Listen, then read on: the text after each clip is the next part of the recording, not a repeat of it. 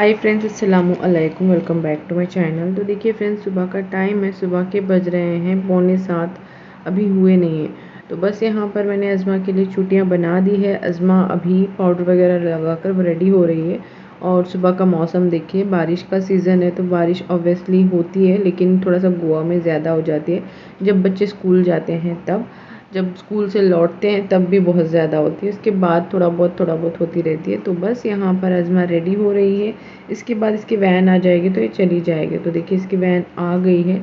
एक बार अज़मा स्कूल चली जाए तो मेरे और बाकी जो काम होते हैं, जैसे कुकिंग वगैरह, मैं सुबह सुबह में कर लेती हूँ। अज़मा चली जाती है तो बाकी मेरे चुटर पुटर से काम होते हैं, वरना मैं क्या करती हूँ, एक पारा मैं पढ़ लेती हूँ अगर अज़मा स्कूल जाने के बाद मुझे कोई और काम नहीं रहता है तो। उसके बाद यहाँ पर देखिए अज़मा आ चुकी थी। दोपहर का टाइम है, ज़ोहर की नमाज़ का। वैसे नमाज़ का मतलब अज़ान होकर काफ़ी टाइम हो गया। अज़मा स्कूल से 2:15 को आई थी तो मैंने सोचा चलो अज़मा आज जल्दी आई है तो उसके साथ ही में नमाज़ पढ़ लेते हैं। तो यहाँ पर हम दोनों मिलकर नमाज़ पढ़ रहे हैं। और अज़मा का और मेरा ये जो स्कार्फ़ है, अभी अभी हम हुबली से लेकर आए हैं। जब मैं अज़मा के लिए ख़रीद रही थी तो मैंने सोचा चलो मैं खुद के लिए भी एक ले लेती हूँ, क्योंकि मुझे भी ऐसा स्कार्फ़ चाहिए थे। मतलब स्लीव्स का जो नया आया है, अभी मुझे भी वैसा चाहिए था तो मैंने भी ख़रीद लिया था अपने खुद के लिए। तो काफ़ी अच्छा है। तो देखिए फ्रेंड्स, अभी देखते देखते शाम का टाइम हो गया है। तो मुहर्रम के रोज़े स्टार्ट हैं तो यहाँ पर इफ्तारी हो रही है। ये पहले रोज़े की इफ्तारी है।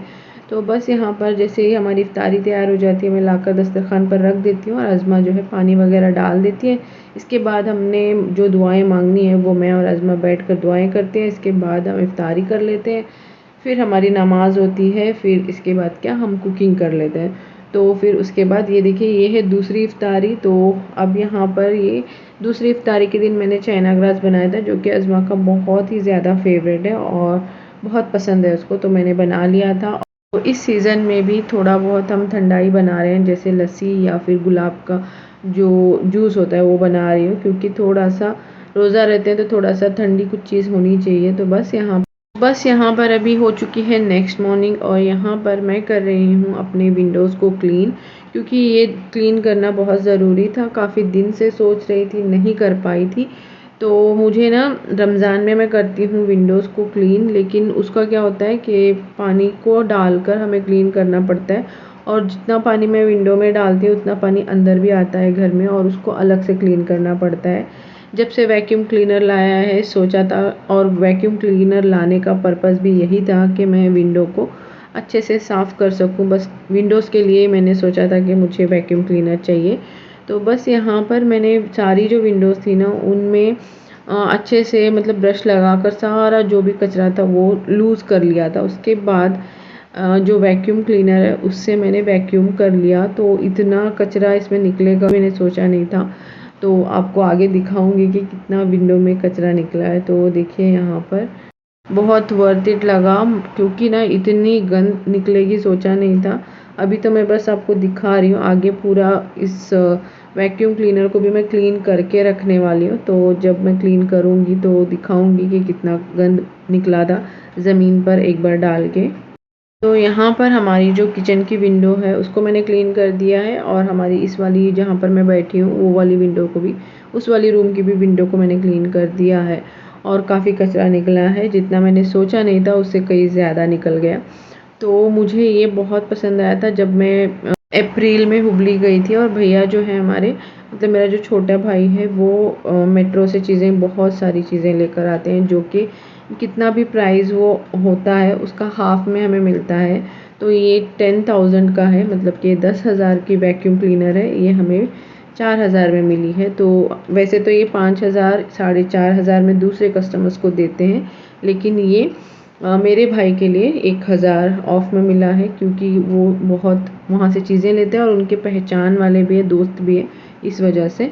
तो मेरे जो जेठ हैं यानी कि रिदा के पापा भी इसी तरह के एक वैक्यूम लेकर आए हैं। मतलब पहले मेरे भैया ने लेकर आई थी, मैंने और भैया ने पहले प्लान बनाया था कि भैया भी एक लेगा और मैं भी एक लूँगी। तो जैसे भैया पहले एक टेस्ट करने के लिए, ट्रायल करने के लिए एक लेकर आया था, बाद में फिर मेरे लिए लाने वाला था।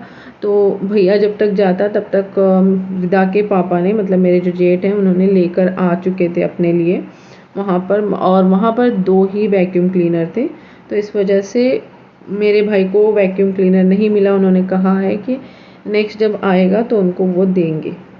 देखिए फ्रेंड्स, ये वैक्यूम क्लीनर के अंदर का फ़िल्टर है जो कि काला आपको दिख रहा होगा, लेकिन मैंने इसको धुला है और धुलकर अभी सूखने के लिए रखा है। आगे मैं आपको बताऊंगी कि ये काला क्यों हुआ है। और यहाँ पर आप देख सकते हैं इतनी ज़्यादा गंद थी इस दोनों विंडोज़ में। और सच बताऊँ तो यकीन ही नहीं हो रहा है कि विंडोज़ क्लीन हो गई हैं और माशाल्लाह से बहुत अच्छी क्लीन हो गई हैं। अब मैंने इसके अंदर जो भी कचरा था ना वो सब नीचे फेंक दिया। बस इसको अब इस टब को अच्छे से धो लेना है मुझे।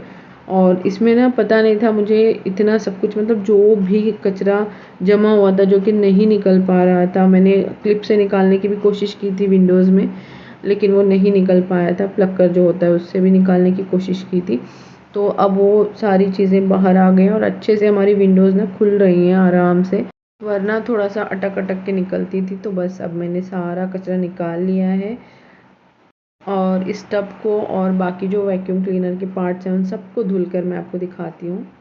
तो देखिए फ्रेंड्स, यहाँ पर अभी ये जो वैक्यूम क्लीनर है मैंने अच्छे से धुल दिया है सारी चीज़ें, जो भी इसके पार्ट्स थे। और ऊपर वाला नीचे वाला टब भी मैंने धुल दिया है और ऊपर वाला जो उसका पार्ट है उसको मैंने अंदर से धुला है, बाहर से नहीं धुला है।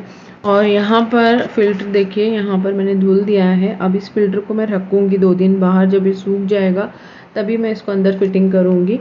बाकी चीज़ें सब पोंछ कर अच्छे से मैं उसको बॉक्स में डाल दूँगी। और ये जो काला हुआ है ना, ये फंगस की वजह से हुआ है। जब हुबली में ये लेकर आया था मेरे भाई और मुझे दिखा रहा था तो ड्राई हमने क्लीन कर लिया था। भाई ने कहा कि एक बार पानी डालकर वेट भी ट्राई करके देखते हैं, तो फिर हम दोनों ने ट्राई तो कर लिया। हमें इतना अंदाज़ा, हमने सोचा भी नहीं था कि इसको सुखा कर रखना है।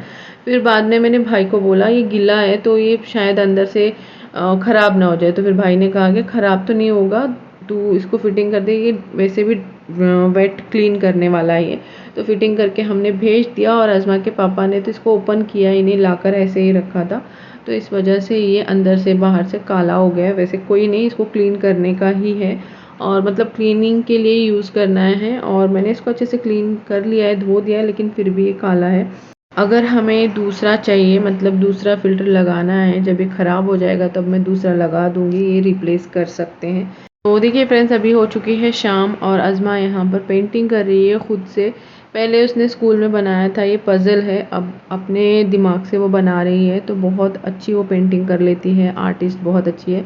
तो यहाँ पर वो खुद से एक पज़ल बना रही थी। तो अभी उसको, मतलब उसको कुछ और करना नहीं था, उसकी ट्यूशन वगैरह होकर आई थी, होमवर्क हो गया था, सब कुछ हो गया था, तो उसको टाइम पास करना था। तो मैंने कहा कुछ भी नहीं मिलेगा, टीवी नहीं मिलेगी, मोबाइल नहीं मिलेगा, लेकिन आपको कुछ और करना पड़ेगा। तो उसने कहा कि ठीक है मैं ये कर लेती हूँ। तो वो पेंटिंग कर रही थी।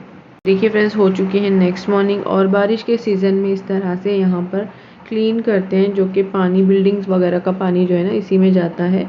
और यहाँ पर बारिश के सीज़न में क्लीन होता है या तो फिर बारिश में ही शुरुआत में हो जाता है। तो 1 हफ़्ते पहले भी क्लीन करके गए थे, अभी भी कर रहे हैं, क्योंकि इसमें और मिट्टी थी तो वो सब कुछ निकाल रहे हैं ताकि पानी कहीं पे भी ना रुके। तो चलिए फ्रेंड्स, इसी के साथ अपने इस छोटे से ब्लॉग को यहीं पे ख़त्म करते हैं। उम्मीद है कि आपको मेरा ये ब्लॉग पसंद आया होगा। अगर थोड़ा सा भी पसंद आए तो प्लीज़ एक लाइक कीजिएगा, ज़्यादा पसंद आए तो सब्सक्राइब करके सपोर्ट कर लीजिएगा और मुझे मोटिवेट करने के लिए कमेंट ज़रूर कीजिएगा। तो चलिए मिलते हैं एक नए ब्लॉग में नई एनर्जी के साथ। तब तक के लिए अल्लाह हाफिज़, बाय बाय, टेक केयर।